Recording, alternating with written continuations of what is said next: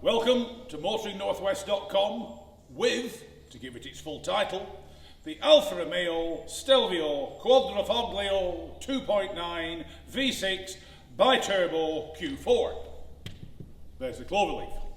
Right, what have we got? We have an SUV that has just broken the lap record at the Brands Hatch Indy circuit for the fastest SUV. It's one of those things. Do you really need an SUV that hits 60 miles per hour, actually it's 62 miles per hour in 3.8 seconds, has an estimated top speed of 176, although it is quicker than that, I can assure you. It develops 510 brake horsepower, 600 newton meters of torque, all from a 3-litre V6 Ferrari-derived engine, mated to an 8-speed gearbox, with the drive predominantly to the rear wheels to give it the full Alfa Romeo authentic sensation. You also have a variety of settings. There's eco mode, which means you will actually achieve the 24 to the gallon they claim you will get. There's normal mode, which means you won't get your 24. There's dynamic, which means you've no hope of getting your 24. And then there is race mode with full adjustable rock-hard suspension, which means you haven't a cat's chance of getting your estimated 24 to the gallon. But what have we got? Ostensibly, it is the standard Stelvio SUV, which came about because Alfa Romeo, instead of producing a Giulia estate, which in my opinion would have been the better route, they produced an SUV which stands in as the Giulia estate.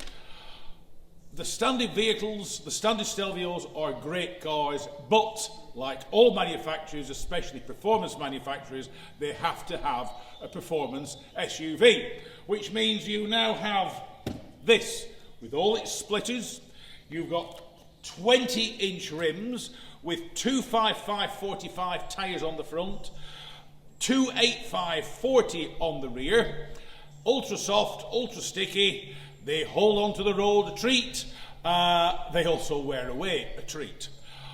And just because it is an all-wheel drive or a four-wheel drive, you are as well keeping it on the tarmac. It is not a major fan of any form of, shall we say, slightly more hostile surface. Inside, you have a sports interior. You have, in this instance, Sparco carbon fibre racing seats. You've got a sat-nav that, I'm sorry Alfa Romeo, hasn't a clue where it's going. I used it 3 times, and on all 3 occasions had to resort to my iPhone because the sat-nav was just beyond itself. The nearest it got to a destination was 126 miles away from where we wanted to be. Right, that aside, it's a decent-sized SUV. There's plenty of space in it, plenty of luggage space in it. It is relatively comfortable, but the Sparco seats, which, can I add, will cost you an extra £3,250 on top of the basic price for this vehicle. Because there's no seat memory, getting in and out of them can prove tricky, especially from the driver's perspective. But it's all part and parcel of the package if you want to go full cloverleaf. It is interesting to drive, it's big to drive, it is quite heavy to drive, although it does stick to the road tremendously well, and performance and the noise from the 4 tailpipes is impressive. It really is impressive. The only thing I will say is there's certain aspects of the interior which do disappoint. There's plenty of carbon fibre, there's also quite a lot of black plastic. Storage and stowage is great. You've plenty of room for plenty of things. You've the big colour screen that, besides the disappointing sat-nav, there's a whole host of other things and does them rather well. Price-wise, The basic Stelvio is all yours for £37,590,000. If you want the basic QV, start at 69,510. But if you want this one with the toys, 85,250. And if you wonder why this has the tricoat metallic paint, we have the carbon ceramic brakes, which will cost you a really useful £5,900 extra. It has the panoramic glass sunroof, which, once again, is quite nice, providing you've got summertime. The red brake calibers, £595 extra. You do get brake calibers in standard trim, but if you want the red ones, it's going to cost you 600 quid more.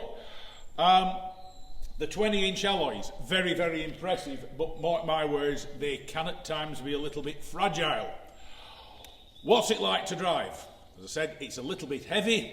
The power steering is well weighted. It corners like it's on rails. The suspension varies, as I said, between hard and very hard. Be careful when you're driving it, because even in eco mode, it sets off with enthusiasm and will maintain its enthusiasm. It really is a driver's car. It's an SUV for those who basically don't really want a standard SUV.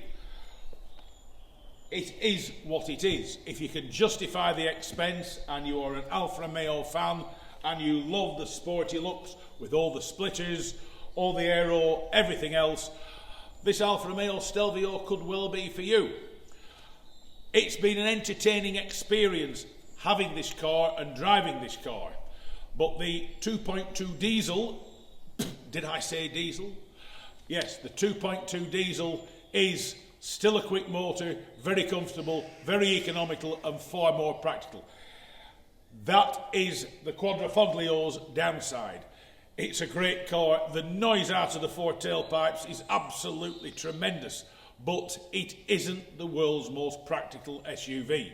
But if you've over £85,000, doing not a lot, you want an Italian supercar that can take the family out, that can do the shopping, that you can all go on holiday with, yourself, your partner, and all your little family members, plus all your luggage, and you want to get there in style, at tremendous amounts of speed, no particular economy, this could well be for you. The one thing about the Alfa Romeo Stelvio, it is different from the rest. Everybody else goes out and buys the usual suspects. At least with the Alfa Romeo, you are buying something that can lay claim to tremendous heritage. If you want to read my full review, more in-depth review, go to allthewsmotoringnorthwest.com or listen to the Backseat Driver Radio Show, Dressstone Radio 103.5 FM, where you will be able to hear my more in-depth review. So from me, Mark Stone, motoringnorthwest.com, thanks very much for joining me.